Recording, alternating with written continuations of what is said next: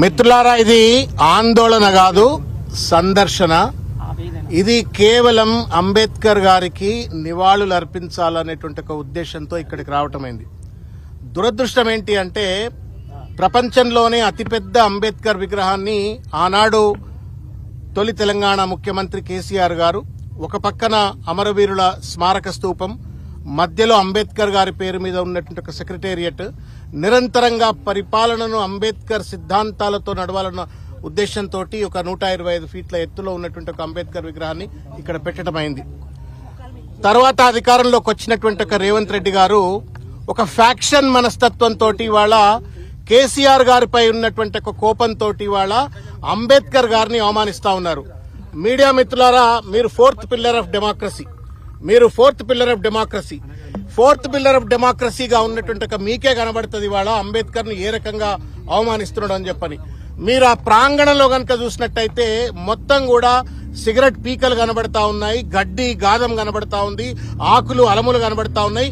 కనీసం ఇంత historical monument ను ఊకాలా, దాన్ని శుభ్రం చేయాలా, ఆ విగ్రహానికి దండ వేయాలా అనేటువంటి ఒక కనీస సోయి ఈ ప్రభుత్వానికి ఎందుకు లేదు అని చెప్పని తట్టి లేపేందుకు, ముల్లుగర్ర బట్టి పొడిచేందుకోసం అని చెప్పని ఇవాళ టీఆర్ఎస్వి నాయకత్వంలో, ఇవాళ నేతృత్వంలో ఇవాళ ఇక్కడికి రావడం జరిగింది.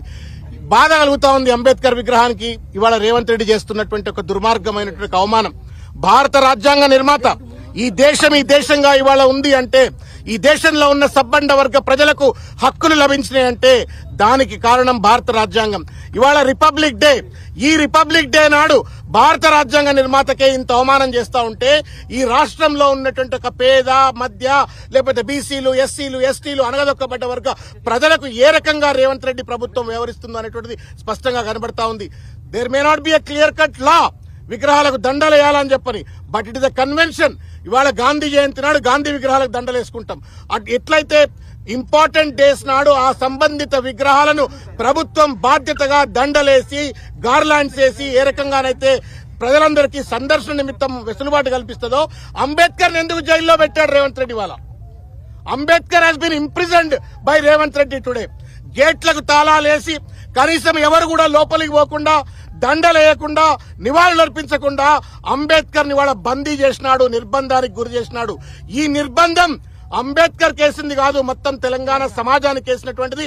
ఇది నిర్బంధ తెలంగాణకు నిదర్శనం అని చెప్పని ఈ సందర్భంగా తెలియజేస్తాను. నేను రేవంత్ రెడ్డి గారికి ఒకటే విజ్ఞప్తి చేస్తా ఉన్నా, ఇవాళ నువ్వు ఉంటావు, రేపు ఇంకొకళ్ళు వస్తారు, కానీ అంబేద్కర్ చిరకాలం ఉండేటువంటి ఒక విగ్రహం అది. అంబేద్కర్ స్ఫూర్తి సూర్యచంద్రాదులు ఉన్నంత కాలం భారతదేశానికి స్ఫూర్తిని అందించే ఒక విగ్రహం. ఆ విగ్రహాన్ని బందీ చేసి, ఆ విగ్రహాన్ని అవమానం చేసి, తద్వారా శాడిస్ట్ లెక్క, సైకోపాత్ లెక్క ఇవాళ కేసీఆర్ గారిని అవమానిస్తున్నా అని చెప్పని అనుకోవచ్చు. ఒకవేళ కనుక నీకు కేసీఆర్ కట్టిండు కాబట్టి అంబేద్కర్ విగ్రహానికి అవమానించే పరిస్థితి ఏర్పడితే, సిగ్గు ఎగ్గు లేకుండా సెక్రటేరియట్ ఎందుకు కూర్చున్నావు రేవంత్ రెడ్డి? దాన్ని కూడా ఖాళీ చేసి పడే, మరి బయటకు వెళ్ళిపోవు. బయట నీ ఇంట్లోకి వెళ్ళి రాజ్యం నడుపుతున్నావు కదా, మొత్తం సెక్రటేరియట్ కూడా నీ ఇంటికి తీసుకుపో. ఇవాళ ఒక దుర్మార్గమైన రీతిలో ఫ్యాక్షన్ మనస్తత్వంతో రాజ్యాంగాన్ని కాలరాస్తా ఉండు. రాజ్యాంగ నిర్మాతని ఇవాళ పెద్ద ఎత్తున ఇవాళ అవమానించే పరిస్థితి చేస్తా ఉన్నాడు. కాబట్టి నిరసన తెలిపేందుకోసం మాత్రమే ఇక్కడికి వచ్చాం, సందర్శన కోసం, నివాళుల కోసం, రేవంత్ రెడ్డికి బుద్ధి చెప్పడం కోసం. ఇకనైనా సరే కళ్ళు తెలుగు రేవంత్ రెడ్డి. ఈ విగ్రహం కేసీఆర్ గారి తాతదో తండ్రిదో కాదు, తెలంగాణ మొత్తం భారత సమాజానికి రాజ్యాంగం అందించిన ఒక భారత జాతి నిర్మాతది. కాబట్టి ఆ విగ్రహాన్ని వెంటనే ప్రజలకు సందర్శన కోసం ఇవ్వాలని చెప్పని, తగిన రీతిలో నివాళులు అర్పించే విధంగా వెసులుబాటు కల్పించాలని చెప్పని విజ్ఞప్తి చేస్తా ఉన్నాం.